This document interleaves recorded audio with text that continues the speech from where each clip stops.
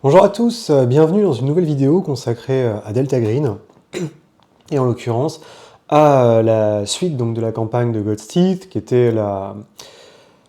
donc, la grande campagne que j'ai fait jouer il y a pas si longtemps que ça. Et donc on continue sur l'histoire, on rappelle, hein, j'avais jusqu'ici fait 4 parties, en suivant les parties du bouquin, et avant le scénario final, qui sera concrètement la 6e partie, il y a une partie qui est un peu off, qui s'appelle la spirale.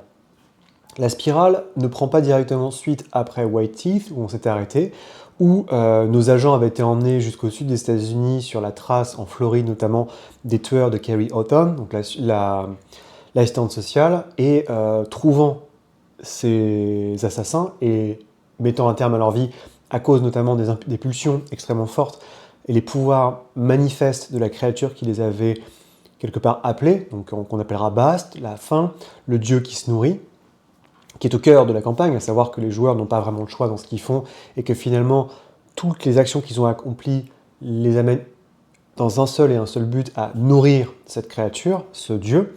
Le monde semble quand même s'être un peu calmé. Delta Green a, d'une façon ou d'une autre, par l'intermédiaire de Pizzirelli, donc l'agent traitant du programme des joueurs, a calmé le jeu, et il est possible que les joueurs soient devenus, enfin que les agents soient devenus des simples informateurs, soit des sortes de chiens de chasse, en raison de leur pouvoir, selon comment ils ont joué la situation. Il est peut-être possible même que les joueurs soient morts, puisqu'ils se sont peut-être fait tuer durant l'assaut, et donc de nouveaux crocs, donc des nouvelles élus de Baas, sont marqués et deviennent les agents, donc pour remplacer les agents morts.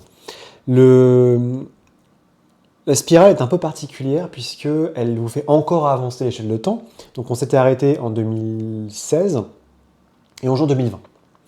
Donc le Covid se passe, et durant le Covid, il se passe de drôles de choses. Notamment là où les joueurs commençaient à sentir que finalement la pression était redescendue et qu'ils pouvaient mener une activité normale. Et d'ailleurs, c'est potentiellement durant ce laps d'année, entre 2016 et 2020, que vous pouvez jouer la campagne bonus qui s'appelle God's Hunt, donc la chasse divine, qui vous permet de suivre plus ou moins de manière proche le destin de 4 enfants de Cornucopia House, donc les enfants qui ont été marqués par Bast aussi, qui ont appelé en fait les joueurs, qui ont appelé Bast, et Bast a amené les joueurs pour les sauver, et qui ont tous retrouvé la mémoire, enfin qui ont tous retrouvé le langage.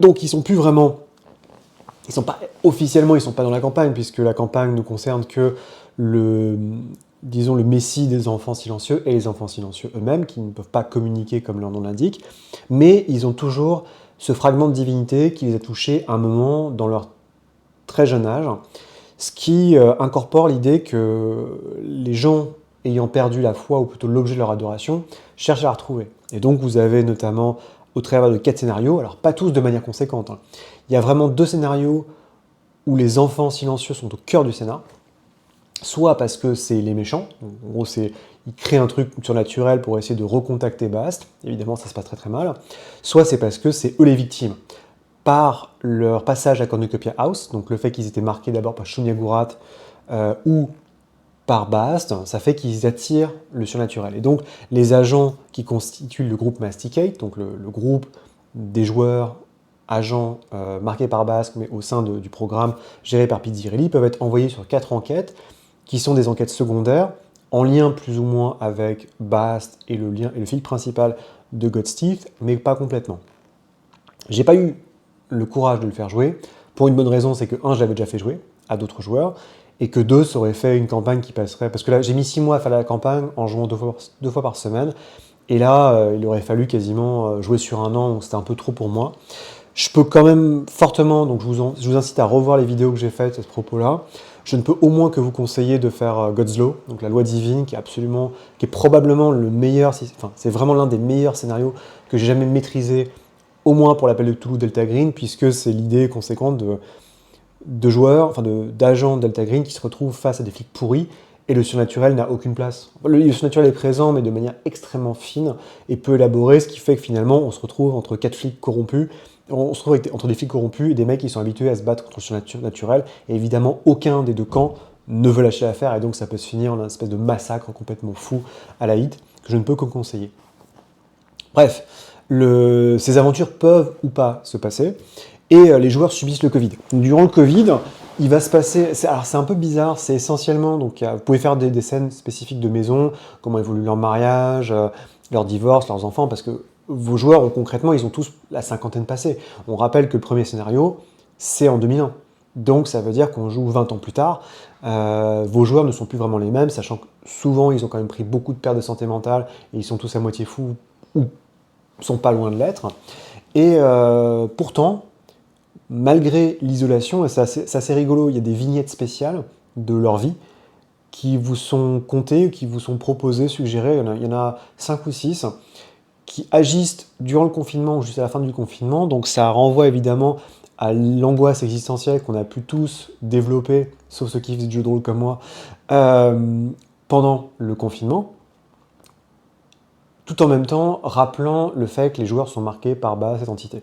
Il y en a, je ne vais pas tous les décrire, ils sont assez colorés. Il y en a un notamment, c'est par exemple, vous avez un de vos liens, donc vos avatars, ça peut être votre femme ou ça peut être vos amis, qui vous appellent en urgence parce qu'ils ont un nid de frelon, un nid de guêpe qui est apparu dans leur voiture. Et donc il faut les sortir, il faut le sauver. Et quand l'exterminateur arrive, il dit c'est impossible qu'un nid de guêpe s'est formé parce qu'il faudrait une chaleur absolument monstrueuse au sein de la voiture pour que ça arrive. Il y en a un autre, c'est vous baladez avec votre femme durant votre heure de marche quotidienne. Et là, tout d'un coup, il y a plein de gens qui commencent à sortir et danser autour de vous. Ça devient une espèce de danse complètement folle. Et jusqu'à ce qu'il y ait un point de pression qui soit appliqué, ou potentiellement votre joueur, en plus qui a perdu beaucoup de santé mentale, l'agent peut commencer à paniquer, et finalement vous apercevez que c'est une série télé qui est filmée. Il y en a quelques-uns comme ça pour vraiment essayer de... Et à chaque fois, l'idée c'est que toutes les petites vignettes vous incitent à revenir. Par exemple, la série télé, il y a des grands ballons qui disent Welcome back, donc bienvenue, bon retour parmi nous, pour annoncer ce qui va se passer. Et l'annonce, donc une fois que vous avez joué ça, alors je vais pas mentir, je l'ai vraiment balayé, je l'ai mis sous le tapis, ça m'intéressait pas trop, puis en plus en distanciel c'est compliqué à faire jouer, et je préfère me focaliser sur les scénarios. Évidemment, je dis pas avoir la vérité absolue, c'est ce que moi j'ai fait, libre à vous de faire ce que vous voulez, et vous avez bien raison de prendre votre temps, on est tous différents. À la fin, donc quand la fin du confinement arrive, et que tout le monde commence à prendre les vaccins, Pizzirelli, votre agent traitant, vous rappelle, et vous dit, hop, la NSA a pingé le nom Conradine. Et en fait, Conradine, à ce stade de l'histoire, vous savez, par l'intermédiaire de vos enquêtes précédentes ou par Delta Green, que c'est quelqu'un qui est lié à Cornucopia House. Conradine, c'était le nom de d'un furet qui était utilisé par les enfants pour les gens qui possédaient Cornucopia House pour manipuler et contrôler les enfants, leur donner chacun un animal de compagnie, et l'animal de compagnie était frappé et malmené si jamais l'enfant tentait de fuir ou autre. Et un des enfants particuliers, un petit enfant blond, avait un furet, et cet enfant semblait être un peu le leader de ce groupe-là.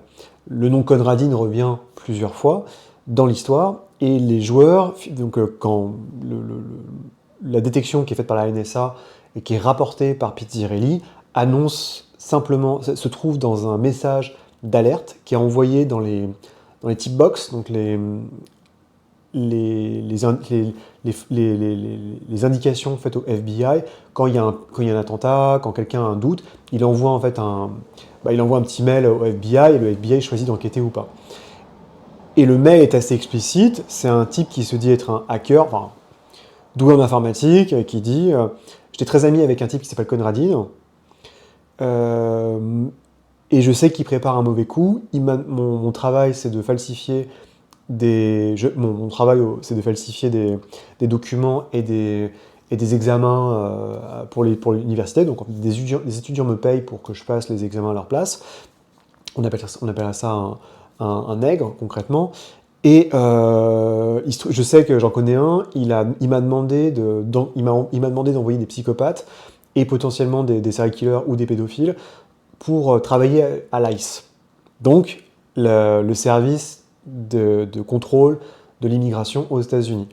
Et je peux vous assurer qu'ils sont complètement fous, et il a envoyé des screenshots avec l'email où on a posé des questions à deux types, je sais plus si c'est Alan Rapp et l'autre je l'ai plus, mais les réponses qu'on dise pourquoi est-ce que vous voulez rentrer à l'ICE, et c'est concrètement personne ne me comprend, ou des espèces de réponses je veux voir souffrir tout le monde. Donc n'importe qui aurait lu les réponses aurait directement flagué le type, il aurait probablement appelé la police, et finalement, et le type qui a l'indique a renvoyé, a modifié les informations pour que Conradin puisse faire rentrer ces gens au niveau de l'ICE. Donc, très rapidement, évidemment, le Delta Green n'est pas bête, ils ont immédiatement identifié la source et le type, et donc vous retrouvez cette personne-là qui est donc un type qui vide sa plume, concrètement, qui est un mec assez intelligent, mais qui a un caractère asocial et qui misanthrope, et qui finalement utilise son intelligence pour falsifier des documents. Une fois, il a failli aller en prison parce qu'un des élèves jaloux d'un élève qui avait payé ce service a vendu la mèche, mais c'est pas un monstre, c'est pas un méchant en soi, au-delà du mal standard, au-delà d'un mal très ordinaire. Donc les joueurs arrivent vers lui et très rapidement, et vous pouvez facilement faire un point de pression parce qu'il s'attend pas à avoir des mecs du FBI ou autre. Ce qu'ont fait mes joueurs, ils sont fait sous l'égide de Pizzirelli, ils se sont fait passer pour des agents du FBI. Ils se sont dit maintenant tu craches le morceau, on sait que c'est toi, dis-nous en plus, c'est extrêmement important. Et la réalisation immédiate, c'est que ce type-là était ami avec un gars qui se faisait appeler Conradin, mais dont le vrai nom était Esso Tillman. Et bon, en cherchant, ça ne dit pas grand-chose aux joueurs, même malgré les banques d'informations du FBI et compagnie. D'ailleurs, il faut un peu de temps. Et il dit que donc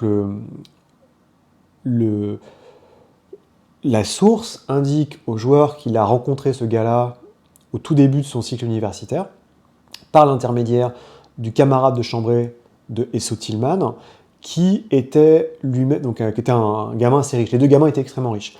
Et donc au début, la relation financière qui existait, à savoir que Esso Tillman avait des problèmes d'élocution, à cause d'un truc dans l'enfance, il avait un carnet de notes, il avait besoin d'essais, et finalement, il y a une amitié qui s'est forgée entre les deux hommes pendant plusieurs années. À la fin, ironiquement, donc c'est dans cette espèce d'amitié un peu douce amère, vous allez comprendre pourquoi, l'imposteur, la source a fini par aider Esso Tillman à justement à avoir plus de maîtrise sur sa langue, sur la façon d'écrire, jusqu'à ce que finalement, Conradin dise « c'est bon, l'université, j'ai fini », ils partent, il n'est plus de nouvelles, et un beau jour, il le rappelle en disant « au fait, maintenant, j'ai besoin que tu me rendes des services, il faut que tu fasses rentrer ces gens-là à l'ICE et qu'ils passent tous les contrôles ». Et c'est là où s'arrête concrètement l'histoire du type qui a vraiment eu peur, pour que les joueurs commencent à faire leur enquête. Et donc le reste de la spirale, c'est une enquête que vous faites sur ce certain Esso Tillman, qui se fait de plusieurs manières, à différents endroits, et qui finit au même constat terrible et glaçant. Et vous l'avez sûrement deviné, mais bon, je suppose que vous êtes maître du jeu comme moi, donc vous avez lu le bouquin. Esso Tillman est en fait un nom changé d'un autre type qui s'appelle Jacob Tillman, donc forcément Jacob et Esso dans la Bible ou dans Vampire la Mascarade. Et il se trouve que Jacob Tillman est l'enfant qui a été kidnappé par la babouchka et les Skopsi pour être envoyé à Cornucopia House et qui a survécu. C'est l'un des enfants qui a été sauvé par les joueurs durant cette nuit fatidique en février 2001, qui avait l'enfant au furet, c'est Conradin, c'est Esso / Jacob Tillman. Son père était extrêmement riche, son père il avait une sorte d'empire de, comment on appelle ça, l'éducation privée. Donc aux États-Unis, il y a un peu ça en France, mais peut-être pas tellement. Aux États-Unis, il y a donc les universités privées, et après il y a les instituts supérieurs qui offrent des diplômes extrêmement courts et généralement avec une qualité assez basse. J'ai lu un bouquin qui était pas mal là-dessus, qui expliquait qu'en gros c'est pas une arnaque, mais c'est quand même une capacité très limitée d'apprentissage et de compétences, et souvent c'est plutôt fait, c'est pas une ségrégation en soi, mais il y a énormément d'Afro-Américains et de minorités qui utilisent ce style de formation parce que les formations plus élevées sont trop chères, sans bourse, donc c'est assez particulier, c'est assez malsain en fait comme système. Et donc son père, le père de Conradin avait un empire qu'il a utilisé pour sauver son fils ensuite quand son fils a été délivré par les joueurs. Il a essayé de l'aider parce qu'il avait un problème de développement cognitif, et donc il avait des problèmes d'élocution.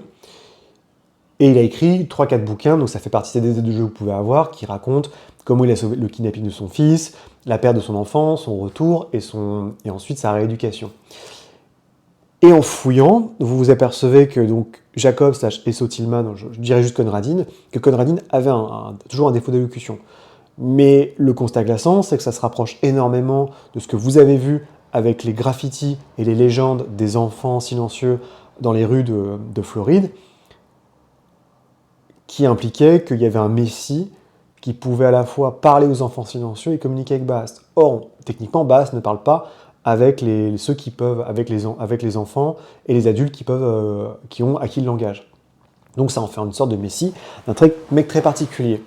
Et donc, le fait qu'il essaie d'intégrer des gens à Ice fait forcément tiquer les joueurs, et en grattant à la surface, ils s'aperçoivent que son camarade de chambrée, qui était son grand pote, qui a été envoyé avec lui dans une sorte de camp de redressement par leurs pères respectifs pour, disons, les purger, entre parenthèses, pour les ramener à la vie. En gros, c'est assez glauque, mais c'est sous-entendu que le camp est aussi un camp pour corriger, disons, les gens, un camp de conversion, en fait, de thérapie de gay.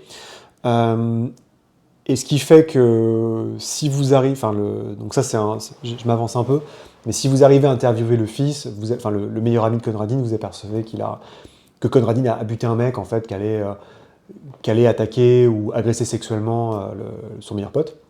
Et donc évidemment, le meilleur pote en question en doit énormément à Conradine qui vénère quasiment. Et il l'a aidé parce qu'il se trouve que son papa, lui, il bosse pas dans les universités privées, mais il bosse dans les prisons privatisées. Son père possède l'une des plus gros, un réseau qui s'appelle Life, qui est l'un des plus grands réseaux de prisons privées dans le sud des États-Unis. Et en fouillant encore un petit peu, et c'est là sur quoi s'arrête la spirale, le constat glaçant, quand vous finissez par accumuler cette histoire, c'est que vous comprenez que Conradine est rentré dans l'ICE pour travailler sous l'égide des entreprises privées et des prisons, notamment pour établir un millefeuille privé où ICE va contracter Life Force pour s'occuper de prisonniers illégaux dans le sud des États-Unis et notamment au Texas, donc près de la frontière avec le Mexique, pour ensuite potentiellement revendre une partie du bâtiment privatisé à l'ICE. Donc en gros, c'est assez bizarre, c'est comme si ICE était propriétaire, il sous-louait à un type, et le type sous-louait à nouveau à un mec qui bosse pour l'ICE. Ce qui permet, par cette accumulation et ce millefeuille, de créer une boîte noire, puisqu'il y a une partie privative où il y a des gens de l'ICE qui bossent, mais personne ne peut, sous aucun contrôle judiciaire, aller voir et faire une inspection. C'est-à-dire que s'il y a un mec du gouvernement qui vient inspecter que l'ICE fait bien son boulot, ils peuvent juste aller dans la partie publique et pas dans la partie privée. Évidemment, le constat pour les joueurs, alors sans rentrer trop dans le scénario final qui s'appelle le Dieu caché, The Hidden God, c'est que si Conradine crée une espèce de petite maison où on peut voir personne, sous le contrôle de l'ICE, protégé par ses pairs, protégé par, évidemment, quelque part, l'administration Trump numéro 1, et que toutes les histoires qu'ils ont entendues sur les prêtres de Bast, qui renouvellent un cycle, sont vraies, ça ne peut signifier qu'une chose, c'est que pour accumuler des pervers, des pédophiles, des monstres, face à des gens qui n'ont aucun droit et des enfants qui n'ont aucun droit, ça ne peut signifier qu'une chose, c'est que Conradine est en train de faire une cornucopia house 2.0. Et les seuls qui peuvent l'arrêter, évidemment, ce sont les joueurs. Et peut-être que si tout ça les a amenés jusqu'ici, finalement, Conradine veut être arrêté par les joueurs. Parce qu'il veut que les joueurs le trouvent, le tuent, et ainsi qu'il puisse être dévoré par Bast. Et c'est le constat glaçant sur lequel s'arrête cette spirale, c'est qu'une fois que vous avez fait, en accumulant toutes les informations de la campagne, sur l'histoire de Bast, sur l'occulte, sur la physique, sur les événements qui sont passés, les enfants silencieux en Floride, les pouvoirs étranges, que les joueurs ont manifestés, le scénario original de la Cornucopia House, le choix de Sophie, enfin le choix de Clover plutôt, de l'agent Clover qui leur a dit tuez tous les enfants. Évidemment, souvent, il est quasiment impossible de tuer les enfants pour plein de raisons différentes. Et ben là, la question se repose et on atteint le cœur qui va s'amorcer dans le dernier scénario, le crux en fait de la campagne. C'est que vont faire les joueurs confrontés à nouveau à une horreur cyclique sur lequel finalement ils n'ont aucun contrôle et qui ne vise que à alimenter la divinité monstrueuse, la fin cosmique qui les a marqués eux-mêmes et qui les rend peu à peu complètement fous pour les transformer eux-mêmes en repas dévorés par la déesse à nouveau, par un nouveau intermédiaire. Et c'est vraiment la révélation quand vous la faites aux joueurs, quand les joueurs comprennent, et c'est évidemment, c'est votre travail de MJ, hein, c'est pas facile, mais qu'il y a un moment, il y a un palier où vous donnez suffisamment d'informations aux joueurs pour qu'ils comprennent que merde, en fait, Conradin est en train de refaire... Conradin, c'est l'enfant qu'on n'a jamais retrouvé. Conradin, c'était le leader des enfants. Et c'est lui qui est en train de reproduire Cornucopia House. C'est-à-dire en fait, on se retrouve dans les baskets de l'agent Clover. Et comment on va faire? Et qu'est-ce qu'on va faire? Et ça, c'est très fort. Ça, c'est vraiment très fort. Et toute la campagne vous a amené là, toute la campagne vous a amené, et c'est pas moi qui invente, hein, c'est vraiment Caleb Strokes, qui quelqu'un disait dans l'un des premières vidéos qu'effectivement Caleb Strokes, je crois que son père avait bossé dans le milieu carcéral américain, donc il connaît très très bien ça. Mais la force de cette campagne, la force vraiment de Delta Green 2.0, et en tout cas de ce que veut faire Caleb Strokes, et c'est évident quand vous lisez God's Hunt, c'est que l'horreur cosmique est un moyen cathartique pour lui et pour les autres gens, à mon avis, Dark Dream, d'exposer toutes les horreurs manifestes de l'Amérique contemporaine, de l'Amérique trumpienne, donc le retour à une sorte de néofascisme qui considère les étrangers comme des sous-merdes, pour aller vite, comme des non-humains. L'idée que finalement, que cette espèce d'administration et de monde, en fait, de capitalisme avancé, très permissif, très destructeur, parce que dans God's Hunt, vous avez les drones, vous avez la légalisation de la marijuana, la concentration de toute la puissance, de tout l'argent, la finance et le pouvoir politique par quelques-uns, va dans le sens exactement de ce que veulent les grands anciens, Nyarlathotep, et ça marche de pair, en fait, et ça se cumule. Et vraiment, moi, quand j'ai lu la première fois la campagne, j'ai fait wow, j'ai halluciné quand il dit putain, en fait, Strokes voulait m'amener là. Strokes voulait m'amener au point où je réalise que sa campagne, c'est juste pour me montrer les horreurs, concrètement, de la privatisation, de tous les processus, du traitement des migrants, des immigrants illégaux, et de l'ICE en général. Et ça, évidemment, maintenant, c'est pas que ça fait sourire, enfin, ça fait sourire jaune, parce qu'on est quand même moi, ce qui m'a fait halluciner, c'est quand Ice a buté la pauvre fille, la pauvre dame, qui avait rien demandé durant les manifestations il y a quelques temps, et on se dit, mais on y est arrivé, quoi. Et le type était quasiment visionnaire dans ce qu'il offrait, c'est-à-dire qu'effectivement, bon, il y a des monstres, il y a des machins, il y a une divinité cosmique, mais on reste sur l'idée que l'Ice tel qu'il a été conçu et utilisé est une sorte d'extension monstrueuse qui est complètement ouverte et qui peut faire toutes les déprédations qu'ils veulent sur ces gens-là, quoi. Et c'est vrai que quand on pense à Frontex, on se dit putain, c'est peut-être un peu pareil en Europe. Enfin bref. Donc en tout cas, c'est très très fort. Si vous l'avez jamais lu, quand vous lirez la campagne, c'est vraiment impressionnant de voir le coup de génie de Strokes de faire ça, parce que bon, je vous le dis, c'est un peu je vous dis un peu bourrin. Mais c'est très très bien amené dans le scénar et dans l'écriture, et j'avoue que c'est très fort. Et même de manière plus simple, regardez dans God's Hunt, c'est exactement pareil, mais sur des petits sujets, quoi. C'est sur les drones, la légalisation de marijuana, la corruption, les gangs au sein de la police. Je savais même pas que ça existait, mais il y a des gangs au sein de la police. Et les applications, enfin bref, ça c'est un peu plus cliché, le coup des applications, les algorithmes et tout. Mais c'est vraiment, c'est très très fort. C'est quand même extrêmement fort. Et je ne l'ai pas encore lu, mais ils ont fait aussi, je crois que c'est pas lui, je crois que c'est Death Wheeler, mais ils ont fait, bon c'est plus léger, mais un scénario sur le lien entre les gated communities, donc les résidences privées de riches, tout ça, et les ghouls.